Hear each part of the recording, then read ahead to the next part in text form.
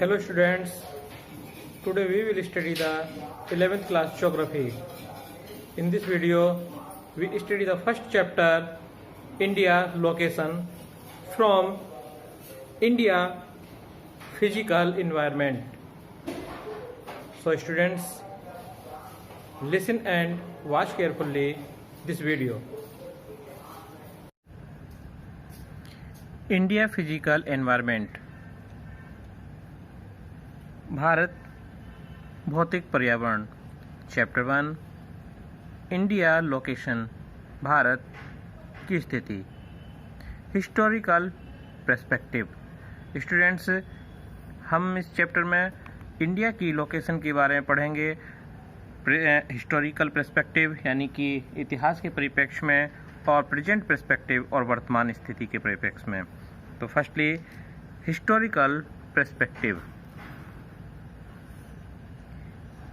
Ancient king Dushyant had a son whose name was Bharat.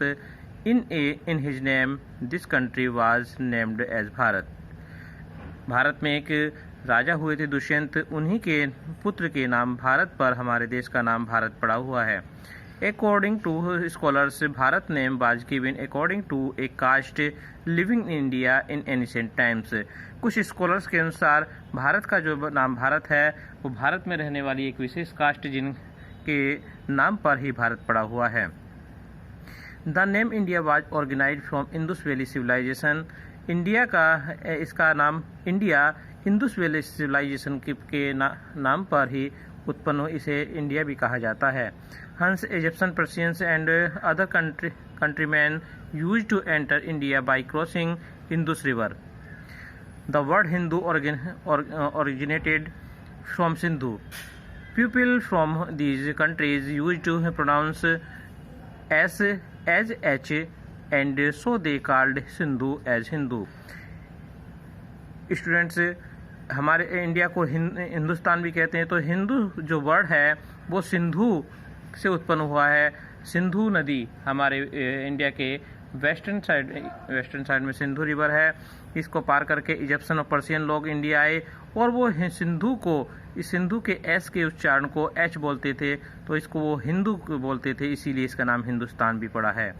Egyptian and Romes used call Indus सिंधुज valley and eastern parts of it as India. तो ये Egyptian लोग इस Sindhu valley के eastern parts में जो civilisation थी, Sindhu river के ईस्टर्न यानी पूर्व साइड में जो सिविलाइजेशन थी, उसको ही वो हिंदुस्तान बोलने लगे। India's boundaries are clear from geographical point of view. India की जो बाउंड्रीज है वो जोग्राफिकल पॉइंट से बिल्कुल क्लियर है। There are great mountain on its north east and north west. इसके नॉर्थ ईस्ट से नॉर्थ वेस्ट तक, नॉर्थ वेस्ट साइड में ग्रेट माउंटेन्स है। And there great ocean on its south east and south west side. और इसके south east में और south west में ग्रेट ओशियन है, जिसको हम अरेबियन सी और बे ऑफ बंगाल के नाम से भी जानते हैं। Foreigners can enter India is crossing Khyber and Bolan states. जो विदेशी लोग थे इंडिया में जो आए, एंटर किया उन्होंने खैबर और बोलान स्टेट से होकर किया था। Among all the living civilizations of the world, India is probably the oldest. World में जितनी सिविलाइजेशन हुई है, मानव सभ्यता हुई हैं, उन प्राचीन सभ्यताओं में से भी हिंदुस्तान की सभ्यता एक है। Around 2000 to 3000 BC, a group of food gatherers developed a highly developed civilization. 1500 BC, लगभग 2000 BC से, ईसा से 2000 और 3000 ईयर्स बिफोर, पहले यहाँ पर जो ग्रुप था गैदर्स का, यानी भोजन इकट्ठे करने वाले लोगों की जो सिविलाइजेशन थी, उन्होंने एक सभ्यता यहाँ पर डेवलप की। 1500 BC, Aryans came to India with the destruction of Harappan civilization, a new civilization took birth in India. और भारत में एक हड़प्पन सिविलाइजेशन, एक नई सभ्यता उसने जन्म लिया। In 1500 BC, Aryans came to India which gave birth to Vedic culture. और लगभग ईसा से 1500 ईयर्स पहले पहले आर्यंस लोग यहाँ पर आए जिन्होंने वैदिक कल्चर को जन्म दिया। By 1000 BC, Aryan reached to southern corner of India to tie India in a cultural knot. ईसा से 1000 ईयर्स बिफोर तक आर्यंस जो थे इंडिया के साउथ कॉर्नर तक पहुंच चुके थे और उन्होंने इंडिया को, पूरी इंडिया को एक कल्चरल में, एक सभ्यता में बांध दिया था। According to Aryans the society was divided into 4 varnas. Aryans के अकॉर्डिंग उन्होंने सोसाइटी को 4 वर्णों में डिवाइड कर दिया, ब्राह्मण, क्षत्रिय, वैश्य एंड शूद्र। तो इस प्रकार से एक तरीके से कास्ट सिस्टम की शुरुआत यहाँ से होनी शुरू हो गई थी इंडियन हिस्ट्री में। आर्यंस ने सोसाइटी को 4 वर्ण में डिवाइड किया। Study of Veda, prayers etcetera were the responsibility of Brahmans. वेदों की स्टडी करना, प्रार्थना करना, पूजा करना, ये रेस्पॉन्सिबिलिटी मिली ब्राह्मण्स को, यानी कि ब्राह्मण का काम था पूजा पाठ करना, अध्ययन करना। Saving people from enemies was has the responsibility of Kshatriya, और क्षत्रियों की रेस्पॉन्सिबिलिटी थी लोगों को, उनकी प्रॉपर्टी को एनिमीज से, शत्रुओं से उनकी रक्षा करना, लोगों की शत्रुओं से रक्षा करना।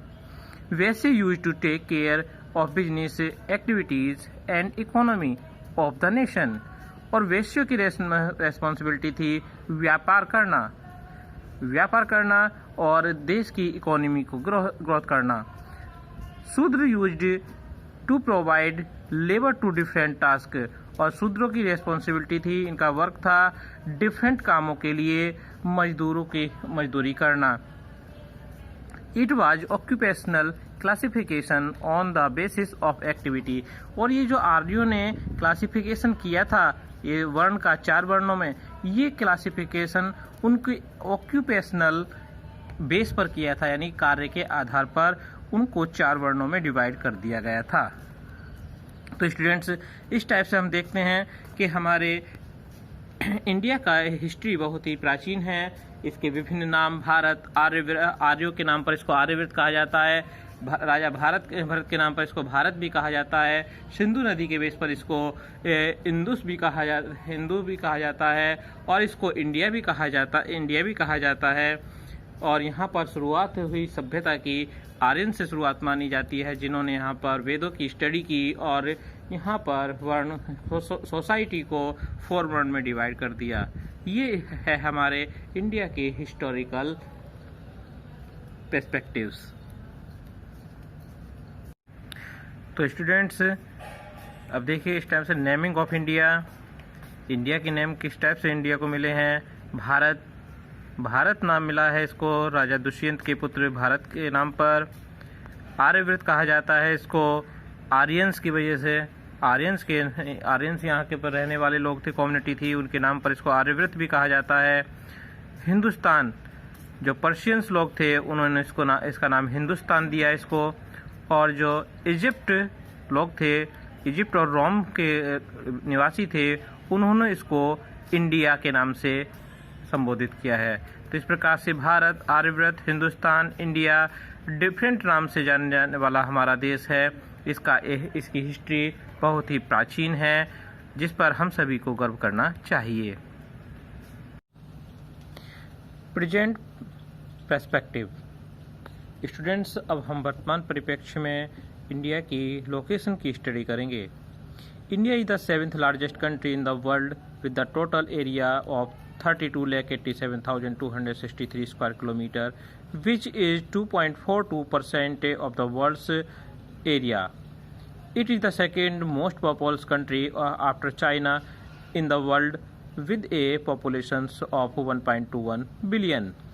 स्टूडेंट्स, इंडिया जो है वर्ल्ड एरिया के हिसाब से वर्ल्ड का लार्जेस्ट 7th नंबर का कंट्री है और इसका एरिया 32,87,263 किलोमीटर स्क्वायर है, जो कि वर्ल्ड की टोटल लैंड का 2.42% है। और वर्ल्ड में 2nd नंबर का पॉपुलस कंट्री है, यानी इसकी जनसंख्या के हिसाब से ये विश्व का दूसरा विशाल देश है, जिसकी 2011 के अकॉर्डिंग इसकी पॉपुलेशन 1.21 बिलियन है। The mainland of India extends from Kashmir in north to Kanyakumari in the south. India की मुख्य भूमि नॉर्थ में कश्मीर से लेकर साउथ में कन्याकुमारी तक, and Arunachal Pradesh in the east to Gujarat in the west, और ईस्ट में अरुणाचल प्रदेश से वेस्ट में गुजरात तक फैली हुई है। India extends from territorial limit further extends towards the sea up to 12 nautical miles, और इंडिया के सी में 12 नॉटिकल माइल्स तक इंडिया का अधिकार है सी पर, फ्रॉम द कोस्ट, इसके समुद्री तटीय क्षेत्र में। इंडिया इज द स्टूडेंट्स, यहाँ हम बता दें आपको, किसी भी कंट्री, कोई भी कंट्री यदि उसकी कोस्टल लाइन है, समुद्री सीमा है, तटीय रेखा है, तो समुद्र में उसका, ओशियन में उसका 12 नॉटिकल माइल्स तक उसी कंट्री का अधिकार राइट होता है। इसी हिसाब से बे ऑफ बंगाल और अरेबियन सी में इंडिया का 12 नॉटिकल माइल्स तक इसका अधिकार है। India is entirely in the northern hemisphere, India आपके नॉर्थर्न हेमिस्फीयर में स्थित है। The mainland extends between latitudes 8 degree 4 minute north to 37 degree 6 minute north. इसकी जो इंडिया का जो मेनलैंड है वो 8 डिग्री 4 मिनट से 37 डिग्री 6 मिनट लेटीट्यूड्स में स्थित है, जो कि कन्याकुमारी से कश्मीर तक है। वहीं दूसरी ओर इसका जो लॉन्गिट्यूड्स है 68 degree 7 minute east to 97 degree 25 minute east direction east तक है, जहां पर 68 डिग्री 7 मिनट ईस्ट पर द्वारका है यानी गुजरात में, और 97 डिग्री 25 मिनट ईस्ट जो कि आपका आंध्र प्रदेश में सादिया नामक स्थान पर है। देखिए स्टूडेंट्स, इंडिया वर्ल्ड में एक वास्ट कंट्री है जो कि नॉर्थर्न हेमिस्फीयर में है। इंडिया की लोकेशन नॉर्थर्न हेमिस्फीयर में है, 0 डिग्री इक्वेटर से ऊपर की ओर नॉर्थर्न हेमिस्फीयर में है, और ये एशिया कॉन्टिनेंट के साउथ में स्थित है, और ये वर्ल्ड का 7th लार्जेस्ट कंट्री है। इस 7 जो बड़े कंट्री हैं आपका Russia, Canada, USA, China, Brazil, Australia, और 7th नंबर पर आपके ये देख सकते हैं। एरिया के हिसाब से फर्स्ट नंबर पर रशिया है, सेकंड नंबर पर कनाडा, फिर USA, चाइना, ब्राज़ील, ऑस्ट्रेलिया, और 7th नंबर पर इंडिया आता है जिसके एरिया के हिसाब से। तो वर्ल्ड पर सबसे ज़्यादा रशिया है।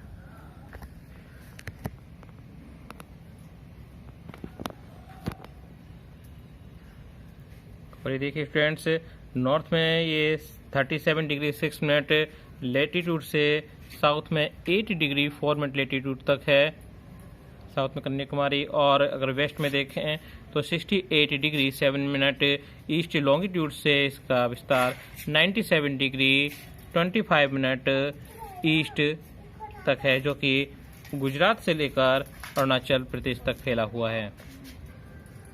और ये देखिएगा अरेबियन सी और ये आपके बे ऑफ बंगाल में 12 नॉटिकल माइल्स तक इंडिया का ही अधिकार है। Longitudinal extent of India 68 degree 7 minute to 97 degree 25 minute east.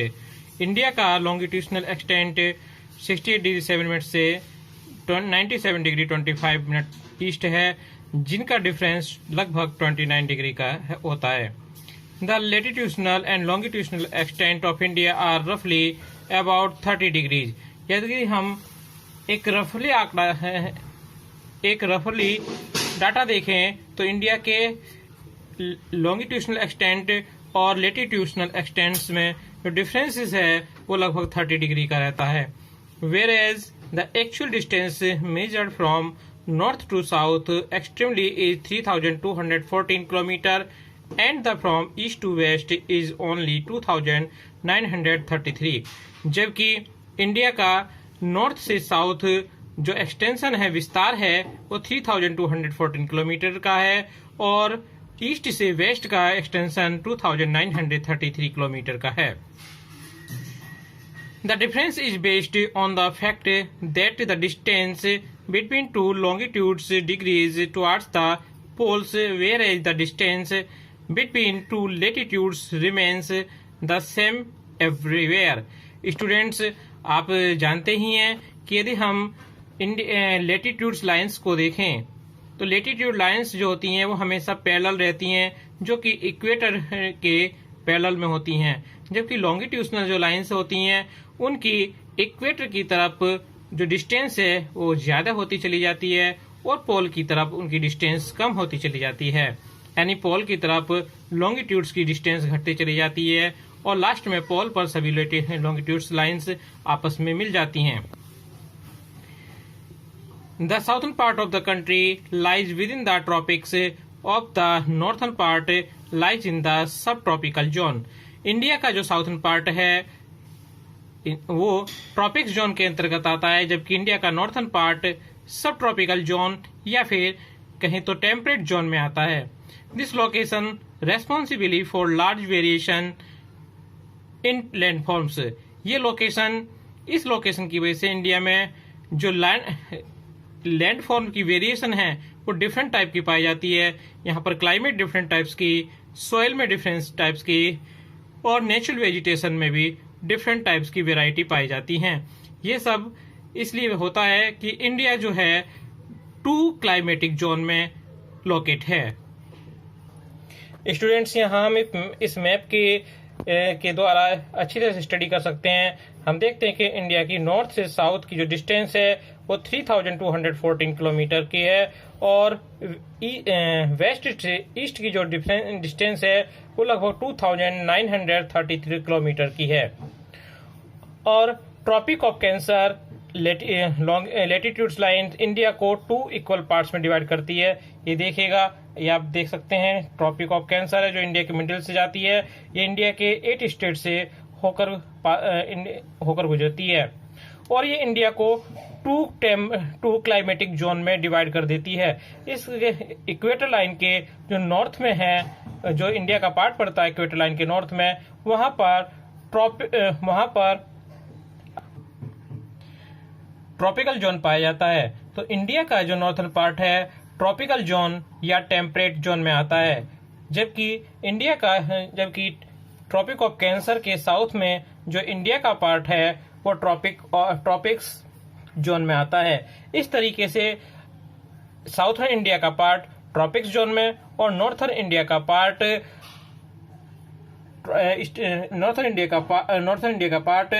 Tropical zone या टेम्परेट जोन में आता है। तो डिफरेंट जोन में आने के रीजन से इंडिया में सॉइल, क्लाइमेट, रेनफॉल, इन सब में डाइवर्सिटी देखने के लिए मिलती है।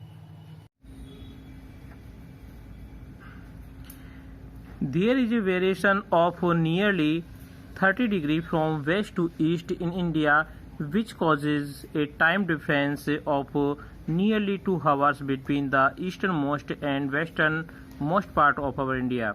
स्टूडेंट्स, यदि हम अपने लॉन्गिट्यूड्स का वेरिएशन देखें तो 30 डिग्री का वेरिएशन आता है, जिसके रीजन से हमारे इंडिया के ईस्टर्न और वेस्टर्न पार्ट्स के टाइम में 2 आवर्स 2 घंटे का डिफरेंस आ जाता है। While the sunrise in the north eastern state about 2 hours earlier as compare to Jaisalmer. यदि हम देखते हैं कि जो हमारे वेस्ट में जैसलमेर है उससे 2 घंटे पहले ही सूर्य नॉर्थ ईस्टर्न पार्ट्स में आपके दिखाई देना शुरू हो जाता है। यानी कि ईस्टर्न डायरेक्शन में ईस्टर्न इंडिया के ईस्टर्न पार्ट्स में वेस्टर्न पार्ट्स के मुकाबले 2 घंटे पहले सूरज दिखाई दे जाता है। जबकि the watches in Dibrugarh, Imphal in east, यदि ईस्ट की घड़ियों को देखें डिब्रूगढ़ और इम्फाल की, एंड जैसलमेर, भोपाल और Chennai in other parts of the India so the same time. और इंडिया के अदर पार्ट्स की घड़ियों को देखें वो सब एक ही टाइम दिखाती हैं। सन तो राइज हो रहा है 2 घंटे पहले अरुणाचल प्रदेश में, गुजरात और राजस्थान के मुकाबले कंपेयर में, लेकिन सभी जगह की घड़ियां एक ही टाइम दिखाती हैं। क्यों? ऐसा इसलिए है because of follow the standard time all over India called Indian standard time IST। क्योंकि इंडियन गवर्नमेंट पूरे इंडिया के लिए एक ही मानक स्टैंडर्ड टाइम को शो करती है, एक स्टैंडर्ड टाइम फॉलो करती है, जिसको हम इंडियन स्टैंडर्ड टाइम यानी IST कहते हैं, उसी के अनुसार हमारी पूरी कंट्री के सभी पार्ट्स की वॉचेस सेट की हुई हैं। इसीलिए सूर्य अरुणाचल प्रदेश में 2 आवर्स पहले दिखाई देने के बावजूद भी वहाँ अरुणाचल प्रदेश और गुजरात की घड़ियाँ सेम टाइम शो करती। देखिए स्टूडेंट्स, हमारी अर्थ जो है वेस्ट टू ईस्ट मूवमेंट करती है, वेस्ट से ईस्ट की ओर घूमती है। इसी वजह से हमारे इंडिया का ईस्टर्न पार्ट्स सन के संपर्क में सबसे पहले आता है, तो यहाँ पर सन सबसे पहले दिखाई देता है। और इसको घूमते हुए जो 68 डिग्री का पार्ट जब सन के पास तक पहुँचता है, तो इस पार्ट को पहुँचने में वहाँ पर पूरे 2 घंटे का समय लग जाता है। इसीलिए अरुणाचल प्रदेश में गुजरात के मुकाबले 2 घंटे पहले सन दिखाई दे जाता है। लेकिन घड़ियां सबकी सेम टाइम क्यों दिखाती हैं? इस टाइम वेरिएशन को ख़त्म करने के लिए हमारी इंडियन गवर्नमेंट ने एक मानक स्टैंडर्ड टाइमलाइन बनाई है। ये स्टैंडर्ड टाइमलाइन है ये आपकी देखिए standard meridian time, Indian standard meridian है ये, जो कि 82 डिग्री 30 मिनट लॉन्गिट्यूड से होकर जाती है। उत्तर प्रदेश में मिर्जापुर से होकर जाती है। इस लाइन के अकॉर्डिंग, और ये इंडिया के मिडिल से भी अगर देखें तो इंडिया यहाँ पे वेस्ट और ईस्ट में बराबर इक्वल डिवाइड कर रही है लाइन, जिससे क्या हो गया है, अब इसी को ही हमने अपना टाइम जोन मान लिया है। यहीं से हमारी पूरे भारत की घड़ियां सेट हैं। तो सन पहले दिखाई देने के बावजूद भी, 2 घंटे पहले दिखाई देने के बावजूद भी, यहाँ ऑल इंडिया की घड़ियों में सब एक ही टाइम होता है, क्योंकि उसको एक ही मानक IST इंडियन स्टैंडर्ड टाइम से सेट किया हुआ है। ये आपकी इंडियन स्टैंडर्ड टाइम आपकी 82 डिग्री 30 मिनट लॉन्गिट्यूड से मानी गई है। There is general understanding among the countries of the world to select the standard meridian in multiples of 7 degree 30 minutes of longitudes. Students, जिस टाइप से इंडिया ने अपना standard time select किया हुआ है, उसी तरीके से वर्ल्ड के डिफरेंट कंट्री ने अपना स्टैंडर्ड मेरिडियन टाइम सेलेक्ट किया हुआ है। और ये जो सेलेक्ट किया है, ये ग्रीनविच से 7 डिग्री 30 मिनट लॉन्गिट्यूड्स के मल्टीपल्स में यानी गुणांक में ये सभी ने अपना टाइम माना हुआ है 7 डिग्री 30 मिनट के डिफरेंस से। That is why 82 degree 30 minute east has been selected as the standard meridian of India. इसीलिए इंडिया ने 82 डिग्री 30 मिनट ईस्ट लॉन्गिट्यूड को अपना टाइम जोन माना हुआ है। India standard time is ahead of Greenwich mean time by 5 hours and 30 minutes. और India का जो टाइम है वो वर्ल्ड के स्टैंडर्ड टाइम जो है ग्रीनविच से सेलेक्ट है, दुनिया का टाइम जहाँ से घड़ी स्टार्ट होती है उससे 5 आवर्स 30 मिनट्स आगे रहता है।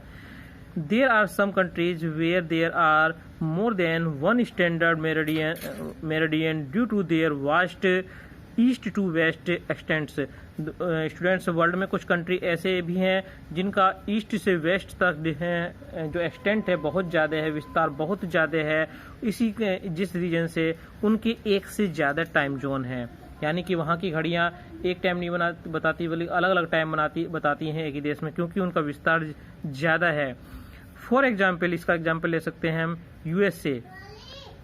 USA has 7 time zone. USA यानी संयुक्त राज्य अमेरिका का ईस्ट टू वेस्ट एक्सटेंशन इतना है कि उसके 7 टाइम जोन हैं। इसी टाइप से आपका रशिया है, रशिया का भी ईस्ट टू वेस्ट एक्सटेंशन बहुत ज़्यादा है, तो इसके भी टाइम जोन एक से अधिक हैं।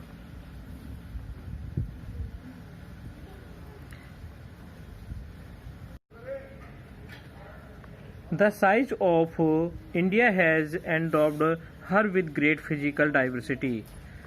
स्टूडेंट्स, भारत में विभिन्न प्रकार के भौतिक विभिन्नताएं देखने के लिए मिलती हैं। India is gifted with the presence of Lofty mountains in the north. India के नॉर्थ में लॉफ्टी माउंटेन्स, ऊंची चोटियां हैं, पर्वतमालाएं हैं, लार्ज रिवर्स, बड़ी बड़ी नदियां हैं, सच है जैसे कि Ganga, Brahmaputra, Mahanadi, Krishna, Godavari and Kaveri. Green forest hills in the north east and south India. और ग्रीन फॉरेस्ट इंडिया के नॉर्थ ईस्ट में और इंडिया के साउथ में है। And the vast Sandy expense और मरुस्थली, और यहाँ पर एक बड़ा मरुस्थली एरिया भी पाया जाता है। ये देखिए स्टूडेंट्स, इंडिया के नॉर्थ में माउंटेन्स, लॉफ्टी माउंटेन्स हैं जिसको हम हिमालय माउंटेन्स बोलते हैं। इसके ईस्ट में आपका मरुस्थली रीजन भी है। यहाँ पर इसके ईस्टर्न साइड में डेंस फॉरेस्ट भी देखने के लिए मिलते हैं। और यहाँ पर डिफरेंट रिवर्स देखिएगा, यहाँ पर आप देख सकते हैं गंगा, यमुना, ब्रह्मपुत्र, महानदी, गोदावरी, कृष्णा, कावेरी, ये डिफरेंट रिवर्स भी देखने के लिए मिलती हैं। ये बहुत सारे फिजिकल डाइवर्सिटी इंडिया में हमें देखने को मिलती है। India has second position in the terms of agrarian land after USA, यानी कि भूमि की विभिन्नता के आधार पर इंडिया सेकंड नंबर पर है यूएसए के बाद में वर्ल्ड में, जहां पर इस लैंड स्ट्रक्चर में इतनी सारी विभिन्नताएं, डाइवर्सिटी देखने के लिए मिलती है।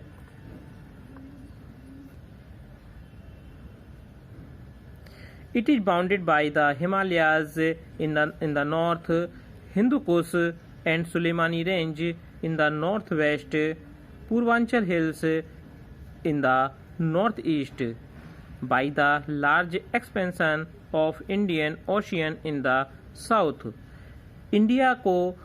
इंडिया की एक बाउंड्री बनाते हैं हिमालय माउंटेन। अगर हिमालय माउंटेन को देखें तो नॉर्थ में हिंदू कुश, सुलेमानी रेंज, और नॉर्थ वेस्ट में सुलेमानी रेंज, और पूर्वांचल और नॉर्थ ईस्ट में पूर्वांचल रेंज इंडिया की बाउंड्री निर्धारित करते हैं। देख सकते हैं आप स्टूडेंट्स, इंडिया के नॉर्थ में आप हिंदू कुश रेंज, सुलेमानी रेंज और फिर हिमालयन रेंज, ये इंडिया की नॉर्थर्न साइड को लिमिटेड करते हैं, बाउंड्री बनाते हैं।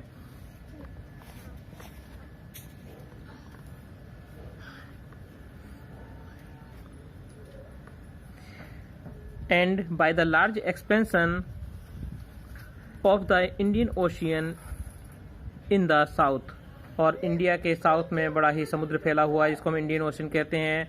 It forms a great geographic entity known as the Indian subcontinent. इसकी इतनी सारी विभिन्नताओं को देखते हुए इंडिया को सब कॉन्टिनेंट कहा जाता है। देखिए स्टूडेंट्स, वर्ल्ड में बहुत कम कंट्री हैं ऐसे हैं जिनको सब कॉन्टिनेंट कहा जाता है। एक उप महाद्वीप की पदवी दे दी गई है इंडिया को सब कॉन्टिनेंट कहकर। It includes the countries Pakistan, Nepal, Bhutan, Bangladesh, India, और इस सब कॉन्टिनेंट में पाकिस्तान, नेपाल, भूटान, बांग्लादेश और इंडिया आते हैं। तो स्टूडेंट्स, बात आती है इंडिया को अगर हम सब कॉन्टिनेंट क्यों कहा गया है, इसके बारे में हम थोड़ा आपको बताना चाहेंगे। ये देखिए स्टूडेंट्स, जैसे अभी हमने बताया था कि नॉर्थ में इसके हिमालयन है, नॉर्थ ईस्ट में इसमें पूर्वांचल हिमालय है, और नॉर्थ में इसके पामीर का पठार भी है, और ये हिंदू कुश और सुलेमानी हिल्स हैं जो कि इसकी नॉर्थर्न बाउंड्री को बनाती हैं। और अगर देखें इसके वेस्ट साइड में अरेबियन सी और ईस्ट साइड में बे ऑफ बंगाल, और साउथ में इसके इंडियन ओशियन है जो कि इसको अदर कंट्री से, कॉन्टिनेंट से अलग करता है। इसके इंडिया के नॉर्थ में एशिया कॉन्टिनेंट है, हिमालय से ऊपर चाइना है। तो ये जो फिजिकल बाउंड्री बनी है, जो फिजिकल स्ट्रक्चर बना है, इसने इंडिया को एक अलग ही लोकेशन प्रोवाइड कर दी है वर्ल्ड में। इंडिया की इस स्पेशल लोकेशन का इंडिया की सॉइल पर, इंडिया के क्लाइमेट पर, इंडिया के कल्चर पर, इंडिया के रेनफॉल पर, सभी पर असर देखने के लिए मिलता है जो कि अदर पार्ट से अलग है। तो ये सारी विशेषताएं इसको एशिया कॉन्टिनेंट से अलग कर देती हैं, इसीलिए इसको सब कॉन्टिनेंट भी कहा जाता है। और इस रेंज में जो हमने फिजिकल ये एरिया की रेंज बताई है, इसमें आपके पाकिस्तान, इंडिया, बांग्लादेश, भूटान, नेपाल इंक्लूड हैं। तो इन सब कंट्री को लेकर मिलाकर सब कॉन्टिनेंट कहा जाता है। केवल अकेले इंडिया को ही सब कॉन्टिनेंट नहीं कहा जाता, बल्कि इसमें पाकिस्तान, नेपाल, भूटान और बांग्लादेश भी इंक्लूड होते हैं। स्टूडेंट्स, यदि हम इंडिया के फिजिकल फीचर्स को ध्यान से देखें तो हम देखते हैं यहाँ पर माउंटेन्स भी हैं, यहाँ पर डेजर्ट भी है, यहाँ पर प्लेनलैंड भी है, यहाँ पर प्लेट्यूज भी हैं, यहाँ पर कोस्टल प्लेन एरियाज भी है, यहाँ पर कोस्टल रीजन भी है इसका, और इस पर island, Andaman Nicobar and Lakshadweep island भी हैं। तो इस तरीके से इंडिया के डिफरेंट फिजिकल फीचर्स इंडिया में देखने के लिए मिलते हैं। और यहाँ पर एक बहुत बड़ी इसकी सी लैंड कोस्टल लाइन है इंडिया की। ये देखिए कोस्टल लाइन है इंडिया की। ओके स्टूडेंट्स, और ये आपके इंडिया की ये लैंड बाउंड्री है इंडिया की, जो डिफरेंट कंट्री से मिलती है।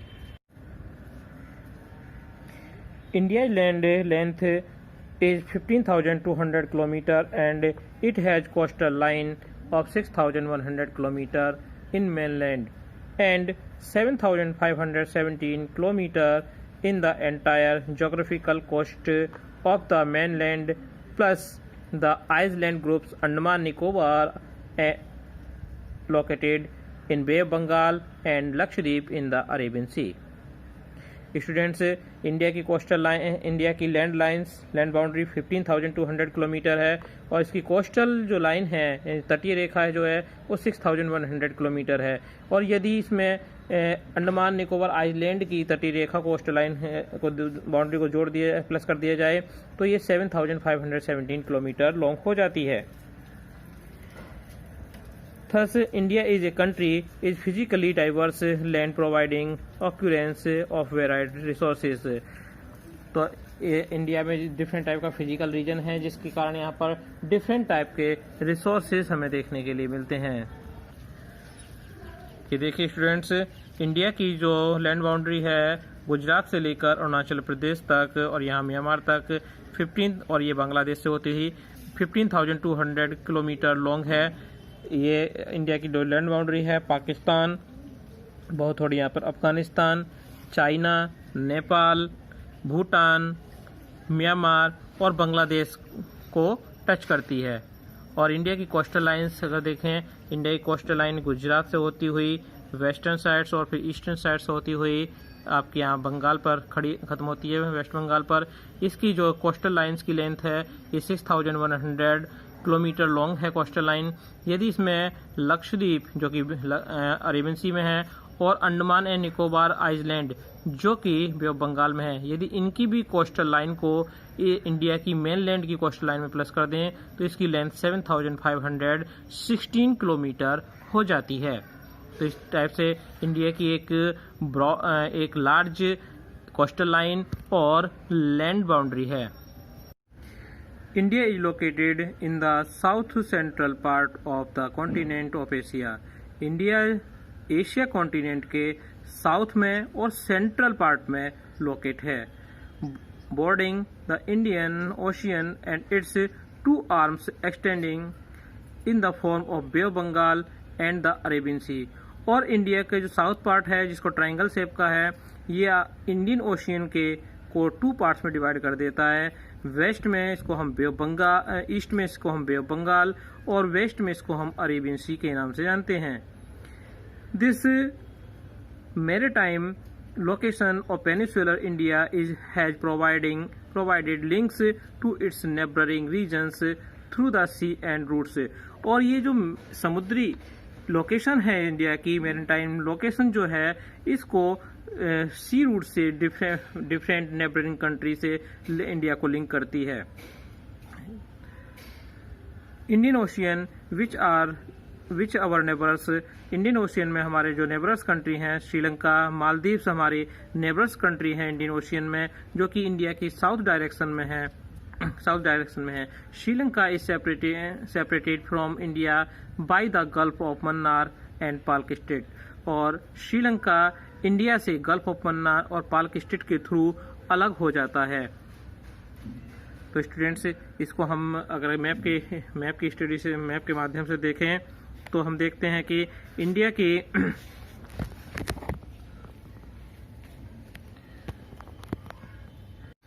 यह देखिए स्टूडेंट्स, इंडिया जो है आपके एशिया कॉन्टिनेंट के साउथ में और सेंट्रल पार्ट में है। देखिए एशिया इसके वेस्ट साइड में और ईस्ट साइड में रह जाता है, ये साउथ साइड में है, साउथ सेंट्रल पार्ट में है।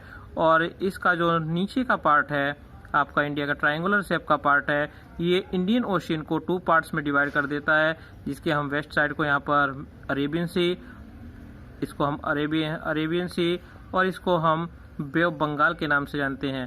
तो स्टूडेंट्स, इंडिया की जो ओशियन में ये लोकेशन बन जाती है, ये इसके लिए बड़े ही हेल्पफुल है और ये हेल्पफुल लोकेशन इसे पास के समुद्री